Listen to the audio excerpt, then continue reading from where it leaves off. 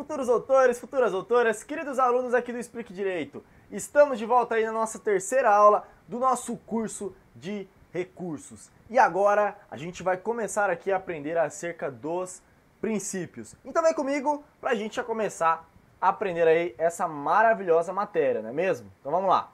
Olha só, vamos começar aí com o princípio do duplo grau de jurisdição. Olha o que a doutrina traz de conceito para nós. O princípio do duplo grau de jurisdição é entendido como a possibilidade da revisão da solução da causa, tá? Então já grifa aí na sua apostila essa frase aqui, ó, possibilidade da revisão da solução da causa.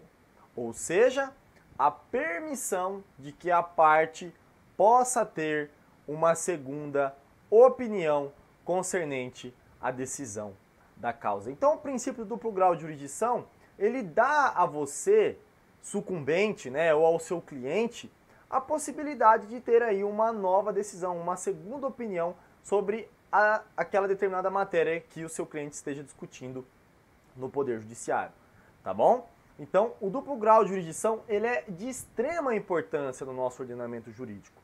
E por que ele é importante? Olha só, naturalmente, o ser humano não se sente satisfeito por ter seu interesse contrariado. A partir dessa ideia, foi permitido à parte uma segunda opinião. Quem gosta de ser contrariado, né? Ninguém gosta de ser contrariado. Então, todos nós gostamos aí de uma segunda opinião para ter certeza se a nossa tese ela está ou não errada.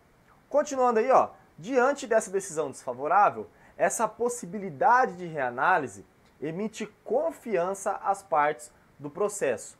E isso é feito através do princípio do duplo grau de jurisdição. Então perceba a importância desse princípio. Eu trouxe aqui um exemplo bem simples para você, bem tranquilo, bem de boa, só para você conseguir assimilar o que é o duplo grau de jurisdição. Olha só a importância dele. Então, a gente tem aqui duas partes discutindo se é bolacha, se é biscoito. Um fala, não, é bolacha que fala, o nome é bolacha, o outro fala, não, é biscoito. E aí fica essa briga, né? E aí eles entram no Poder Judiciário, hipoteticamente, para tentar definir se o nome é bolacha ou é biscoito. E aí a juíza vai e diz, julgo procedente o pedido do autor, estabeleço que o nome é bolacha. Poxa vida, pro réu aqui que falava que o nome é biscoito, ele com certeza não está nem um pouco contente. E aí o que ele diz? É biscoito e eu vou recorrer. Então ele quer uma segunda opinião para ajudá-lo a definir se é bolacha ou se é biscoito. Então, no duplo grau de jurisdição é isso. Ele foi feito para isso, para trazer aí uma segunda opinião para determinada causa. Além disso, o duplo grau de jurisdição, ele tem a possibilidade de retirar alguns fatores que podem ser negativos dentro de um processo. O que seria um fator negativo? Vou te dar um exemplo.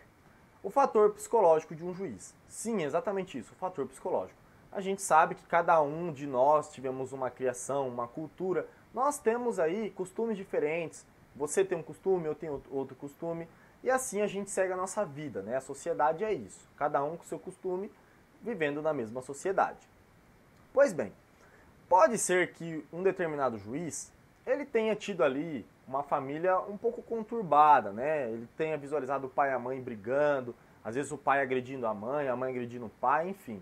E aí disso surge um fator psicológico nesse juiz, tá bom? Então desde pequeno ele tem ali um preconceito acerca de um pai violento.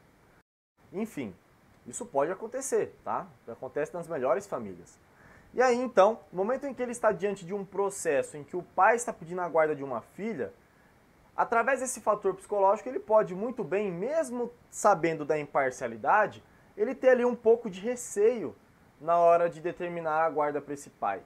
E aí então ele acaba não proferindo uma decisão favorável para esse pai.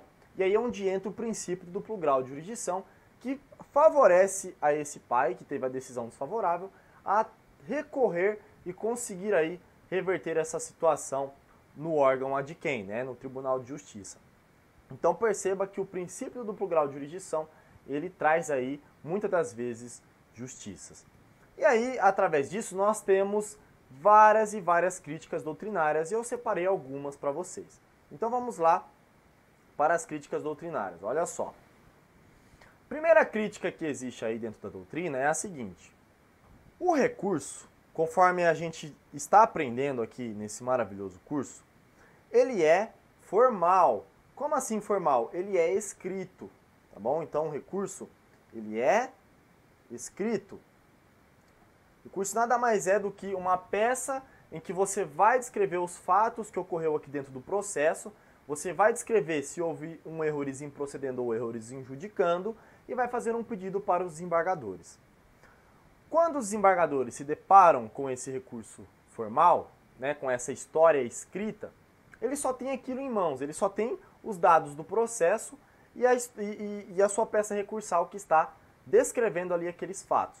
Além disso, você pode também ter ali a sustentação oral que ocorre ali pouco tempo, 15 minutos, enfim, conforme estabelece a lei. Porém, a doutrina traz a seguinte crítica. Por ser um recurso escrito e formal, os desembargadores, eles não têm o contato que um juiz de primeiro grau tem aqui dentro de um processo. Então, o juiz de primeiro grau, ele ouve o perito, ele ouve as testemunhas, ele analisa as provas documentais, ele ouve o réu ali na audiência, ele ouve o autor. Então, ele tem um contato muito melhor com as partes do processo e com os profissionais, né, os colaboradores, do que os desembargadores. Os desembargadores só têm ali tudo pronto escrito. Então, essa é a primeira crítica. Muitas vezes, os desembargadores, por estar analisando algo escrito, eles acabam modificando uma decisão judicial que era justa aqui embaixo e aplicando aqui em cima, né, ou proferindo um acórdão injusto. Por quê? Porque se sobressairá melhor aquele profissional que tem a melhor habilidade de descrever os fatos, tá? Então se sobressai a melhor escrita. E aí os desembargadores vão analisar quem escreve melhor, né? Quem contou melhor ali os fatos dentro de um processo. Essa é a primeira crítica doutrinária. A segunda crítica desse princípio estabelece para nós que o duplo grau de jurisdição ele acaba ferindo o princípio da celeridade processual. Porque as partes, no momento que o magistrado profere a decisão, o que elas mais querem é uma resolução rápida daquele problema. E aí, ficar inventando modalidades de recurso só fica atrasando o devido cumprimento daquela causa, né? Então, o autor tem uma dívida para receber, ele entra com uma ação de cobrança e aí passa toda a fase processual, consegue provar a dívida, e aí o juiz profere a sentença, ele acha que vai receber, aí o réu entra com recurso. E aí vai demorar mais um pouco para receber, caso o recurso seja aceito com efeito suspensivo. Então perceba, essa demora processual, ela fere o princípio da celeridade processual. Mas isso aqui são críticas doutrinárias, tá? Então, o princípio do duplo grau de jurisdição, ele é positivo, ele é ótimo, porém, ele comporta aí críticas doutrinárias, tudo bem? Então fica à vontade, se você quiser abrir outra doutrina para você pesquisar as outras críticas, seria até legal uma tese de TCC, caso você queira fazer, mas enfim, fica esse o critério, você acaba de aprender sobre o princípio do duplo grau de jurisdição. E agora que você aprendeu, a gente vai passar para o princípio da taxatividade. Esse princípio também é muito fácil de aprender e muito bacana. Olha só, princípio da taxatividade. Somente pode ser considerado recurso o instrumento de impugnação que estiver expressamente previsto em lei federal como tal. Então, olha a importância. Somente aquele que estiver expressamente previsto em lei federal. Aí eu remeto vocês àquele artigo 22 da Constituição Federal, né, que eu passei para vocês, inciso 1, que mostra ali as matérias de lei federal, bem como o Código Tributário Nacional, que está em outro artigo, que depois eu vou deixar aí na sua apostila, tá bom? Então, lei federal, aquelas leis do Poder Legislativo, né, que passa ali pela Câmara dos Deputados, depois pela Câmara dos Senadores, e aí se torna uma lei federal para que todos nós cumpra no dia a dia, né? Continuando aí, ó, a conclusão é gerada de uma interpretação do artigo 22, inciso 1 da CF, que atribui à União a competência exclusiva para legislar sobre processo, tá? Então aqui a União, a gente sabe que é o poder legislativo. Entendendo-se que a criação de um recurso é nitidamente legislar sobre processo e sendo tal tarefa privativa da União, somente a lei federal poderá prever um recurso. Então, gente, perceba o quanto é sério a matéria recursal. Não pode inventar uma lei municipal, não pode inventar uma modalidade de recurso, uma lei estadual não pode inventar uma modalidade de recurso no processo civil. Somente a lei federal, tá? Somente a lei dos nossos deputados e senadores que tem que passar ali pelo quórum previsto na Constituição para inventar aí essa modalidade recursal. Então perceba o tamanho da importância aí desse princípio da taxatividade. Continuando aí, somente a lei federal poderá prever um recurso que por essa razão estarão previstos no ordenamento processual de forma exaustiva, ou seja, em rol legal números clausulos, ou seja, rol taxativo. Professor, e onde está descrito essas modalidades recursais no nosso ordenamento processual? Artigo 994 do Código de Processo Civil. Leia comigo aí, São cabíveis os seguintes recursos: apelação, agravo de instrumento, agravo interno, embargo de declaração, recurso ordinário, recurso especial, recurso extraordinário, agravo em recurso especial ou extraordinário e embargos de divergência. Então nós só temos dentro do Código de Processo Civil essas modalidades recursais. Não existe mais nenhum outro recurso a não ser esses do artigo 994. Tudo bem? Por conta do princípio da taxatividade, não deve existir outra modalidade recursal a não ser essas previstas em lei federal. Cabe ressaltar para você também que nós temos na lei do juizado especial, que também é uma lei federal, o artigo 41, que traz aí uma modalidade de recurso para o juizado. Leia aí comigo, da sentença excetuada a homologatória de conciliação ou laudo arbitral, caberá recurso para o próprio juizado. Perceba então que nós temos aí uma modalidade de recurso que a doutrina chama de recurso inominado, porque o legislador não estabeleceu um nome nesse recurso. Por isso que a doutrina chama de recurso inominado, que não tem nome, mas tem a possibilidade aí da parte recorrer. Tá bom? Cabe ressaltar que nós temos o artigo 190 do Código de Processo Civil, que estabelece uma extensão, ou seja, uma possibilidade para que as partes convencionem entre si alguns atos processuais. Isso é uma novidade do nosso CPC. Então, olha só, versando o processo sobre direitos que admitam autocomposição, é lícito às partes plenamente capazes estipular mudanças no procedimento para ajustá-lo às especificidades da causa e convencionar sobre os seus ônus, poderes, faculdades e deveres processuais antes ou durante o processo. Então, daqui pode surgir uma seguinte dúvida. Professor, se o processo civil ele estabelece essa possibilidade para que as partes entre si estipulem procedimentos diferentes no processo, então o prazo de contestação pode ser ampliado entre as partes, né, os prazos ali de apresentar documentos, de prova, enfim, as partes podem alterar. Então as partes, conforme esse artigo, não pode criar uma nova modalidade de recurso em um contrato? É claro que não, tá? Então eu trouxe aqui, recurso jus esperneandi, a título de exemplo, né? Então as partes vão lá e cria dentro de um contrato, no processo civil, tanto o comprador como o vendedor terá aí, se caso houver algum problema nesse contrato, o direito de um recurso chamado jus esperneandi. Isso não existe, isso não pode acontecer, porque somente a lei federal poderá prever recurso. E aqui, o xizão aí, maravilhoso. Não pode haver recurso em contrato, tá bom? Não será considerado pelo juiz. Então, o nosso artigo 190, ele é maravilhoso, porém, ele não consegue ganhar do nosso maravilhoso princípio da taxatividade.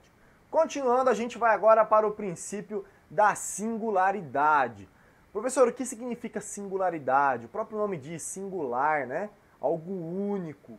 Então, olha só o que a doutrina traz para nós sobre o princípio da singularidade. O princípio da singularidade admite tão somente apenas uma espécie recursal como meio de impugnação de cada decisão judicial. Então você tem apenas uma possibilidade de recurso para cada decisão judicial: decisão interlocutória, sentença e acórdãos. Tudo bem? Continuando. Admite-se a existência concomitante de mais de um recurso. Então olha só aqui uma exceçãozinha, ó. Admite-se a existência concomitante de mais de um recurso contra a mesma decisão, desde que tenha a mesma natureza jurídica, fenômeno inclusive bastante frequente quando há, no caso concreto, sucumbência recíproca ou litisconsórcio. Então, já grifa aí na sua apostila duas palavrinhas importantes aqui para a nossa exceção: sucumbência recíproca ou litisconsórcio. Então, quando você estiver diante dessas duas situações, haverá uma exceção que poderá haver aí mais de uma interposição de recurso. Beleza? Calma que eu vou te explicar. Vamos aqui, vem aqui. Calma, relaxa. Vamos aqui por exemplo. Vamos, maravilhoso exemplo aqui que eu trouxe para vocês. Ó, decisão interlocutória. Tá lá o seu cliente é o autor, né? Você está advogando para ele. E aí, você faz um pedido. Eu sempre gosto de usar o tutela de urgência aqui, que é um maravilhoso exemplo, né? Faz lá um pedido de tutela de urgência, a juíza vai lá na sua decisão interlocutória e nega o seu pedido. Beleza. A partir desse momento, você tem a sucumbência. Professor, o que é sucumbência? A sucumbência, vou até anotar aqui embaixo, ó.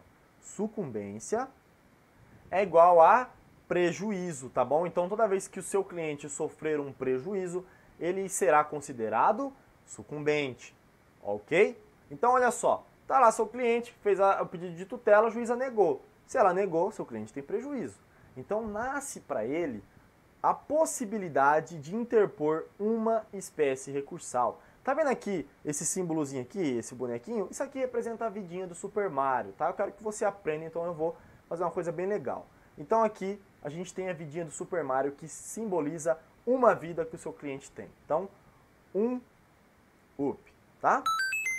Então, ao nascer aí essa vida, essa única possibilidade de interposição de recurso, começa aí o lapso temporal para que o seu cliente interponha aí no prazo de 15 dias o seu recurso de agravo de instrumento. Por que vai ser agravo de instrumento? Porque nesse caso de tutela, você estará diante do rol taxativo do artigo 1015, que você já efetuou a leitura comigo. Então, toda vez que você estiver diante do artigo 1015 e o rol taxativo, né, e os incisos, você terá a possibilidade de interpor agravo de instrumento. Então, olha só, se você tem um up, você vai, por óbvio, utilizá-la aqui para interpor o recurso certo. E se você interpor o recurso errado? Imagine lá que o seu cliente acabou não fechando um contrato com você, falou, ó, eu vou mudar de advogado porque eu achei um advogado que cobra mais barato, e aí ele foi para outro advogado. E aí o outro advogado, que não vai ser você, tenho certeza, tá? Vai lá e não se atenta que é uma decisão interlocutória e interpõe um recurso de apelação. Se ele interpôs o recurso de apelação, ele gastou aqui a única possibilidade desse lapso temporal de 15 dias e aí ele interpôs o recurso errado. O que vai acontecer? O recurso não será aceito.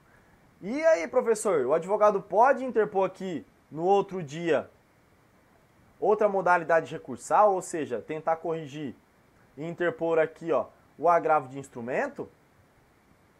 Claro que não. Por quê? Princípio da singularidade. Ele já esgotou a única possibilidade que ele tinha para interpor o recurso, tá? E aí a gente chama também isso de preclusão consumativa. Por que preclusão consumativa? Porque ele consumou o ato. Ele tinha uma possibilidade, uma vida, e ele consumou esse ato no momento em que ele interpôs o recurso errado. Então, já era, perdeu a possibilidade. Tudo bem? E se o advogado não interpor aqui no prazo de 15 dias, haverá o game over, né? Que é a preclusão temporal, tá bom? Coloquei game over só para você assimilar melhor o que acontece. Não interpôs no prazo, perdeu, tá? Game over, ou seja, preclusão temporal.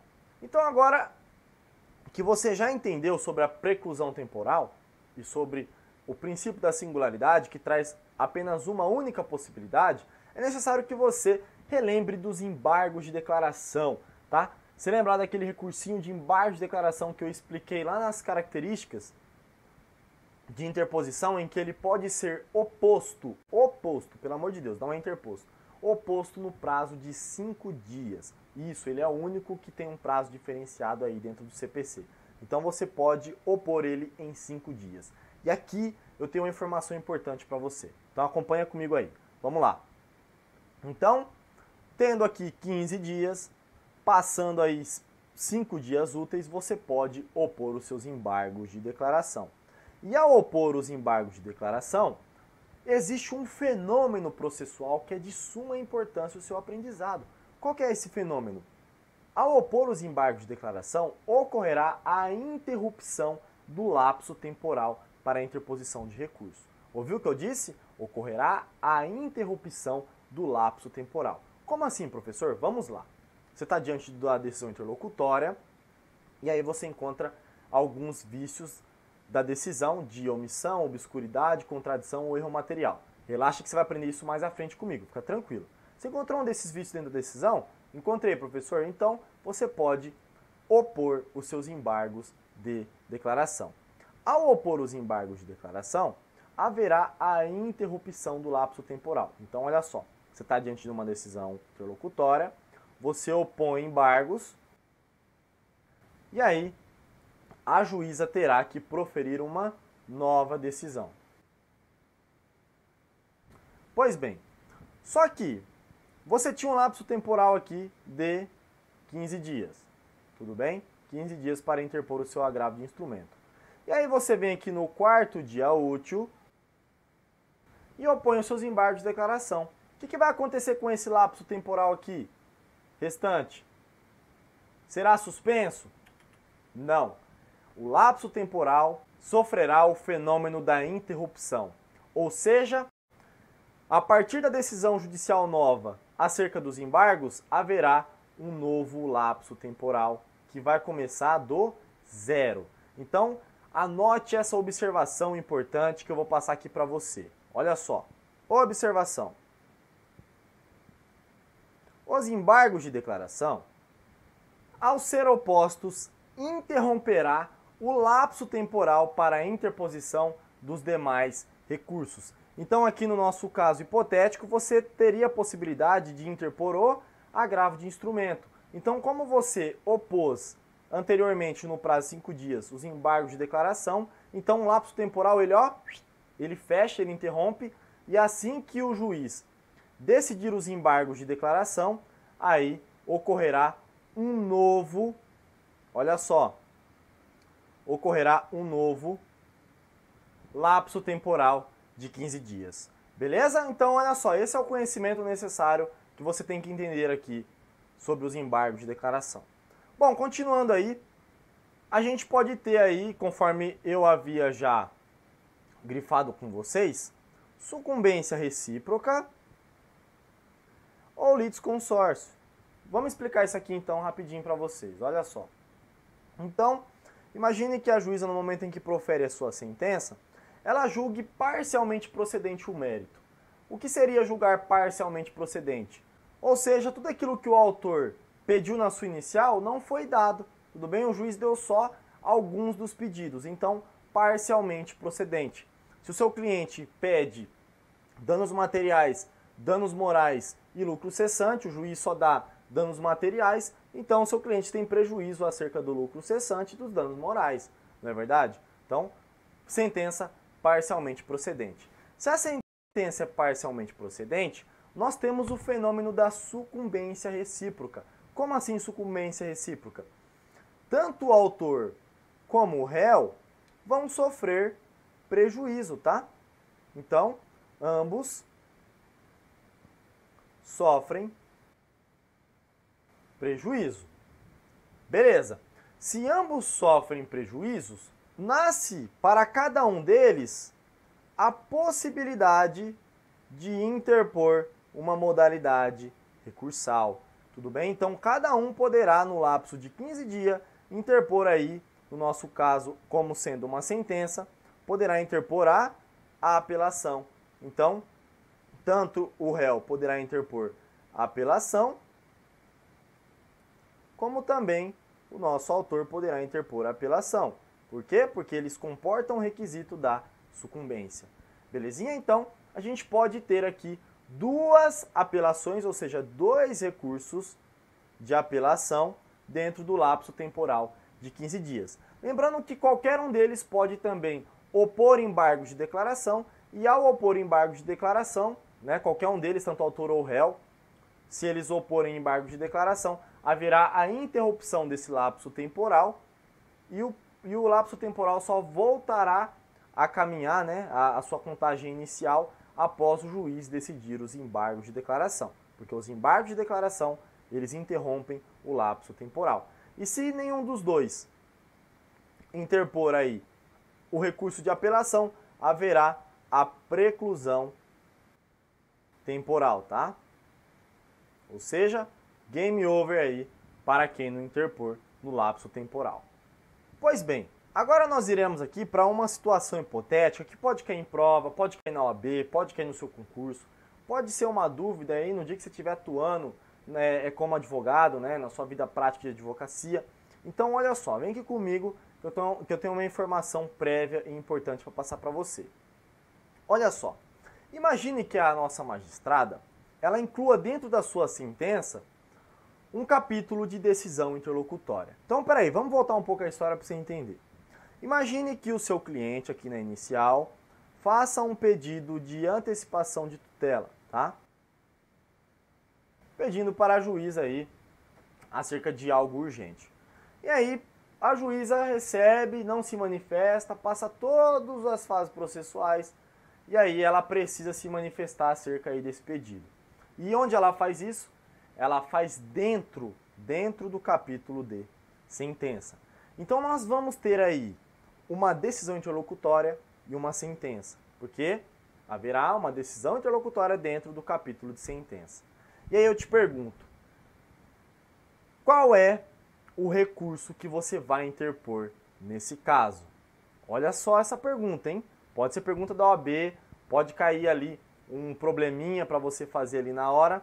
E aí, qual será a modalidade recursal? Bom, talvez você esteja pensando, bom, aqui eu vou interpor dois recursos, o recurso de agravo de instrumento e o recurso de apelação. E é aí que eu falo para você que você está muito enganado, porque nós temos o princípio da singularidade, somente uma modalidade recursal. E agora, hein? Agora a gente vai lá no artigo 1009, parágrafo 3º, para encontrar a resposta. Então vamos ler aqui comigo. Já deixei na sua apostila, então acompanhe a leitura que eu irei fazer para você. Olha só, da sentença cabe apelação. Parágrafo 3º.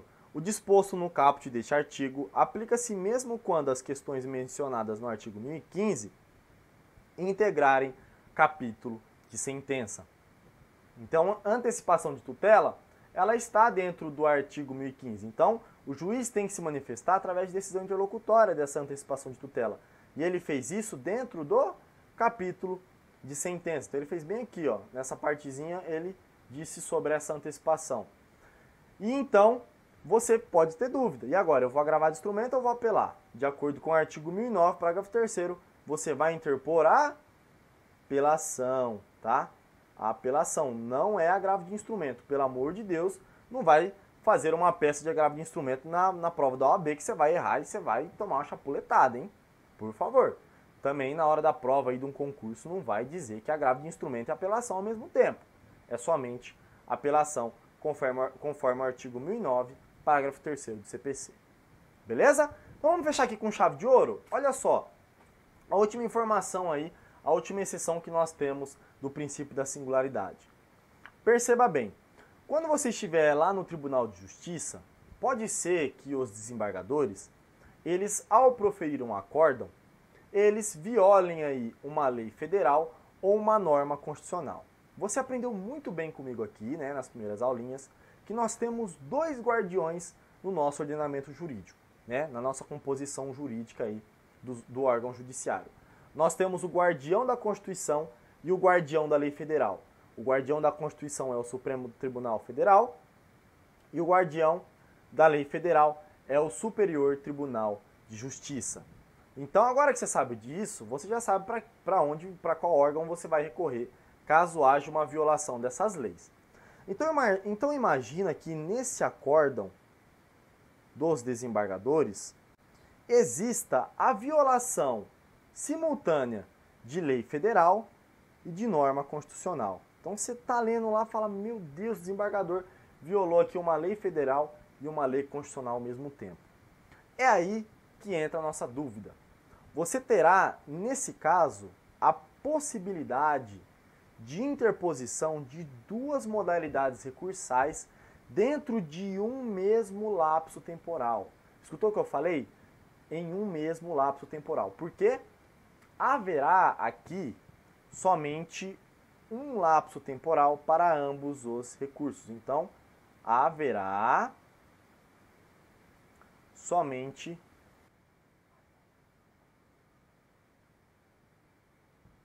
um lapso temporal para ambos recursos. Então você terá 15 dias para interpor simultaneamente o recurso especial e o recurso extraordinário. Relaxa que você vai aprender sobre esses recursos mais à frente. Mas você terá 15 dias para interpor ao mesmo tempo esses dois recursos. Então, essa é uma exceção ao princípio da singularidade, em que você não terá apenas uma possibilidade, você vai ter duas possibilidades para interpor o seu recurso. E se você não interpor o recurso nesse lapso temporal de 15 dias, haverá a preclusão temporal, tá bom? Então, olha só, você vai interpor o recurso extraordinário, quando você estiver diante de afronta à norma constitucional, e você vai interpor o recurso especial, quando você estiver diante de afronta a uma lei federal. Beleza? Aprendeu? Maravilha! Então, essa é a exceção do princípio da singularidade, em que você não terá apenas uma possibilidade, mas sim duas. Encerramos então aqui a nossa aula. Faz uma pausa rapidinha aí para o café de 10 minutos e aí você volta aqui que nós temos mais princípios maravilhosos da matéria recursal para aprender, tá bom? Então, próxima aula, princípio da fungibilidade. Grande beijo, forte abraço, estou aqui te esperando, tá? Até mais!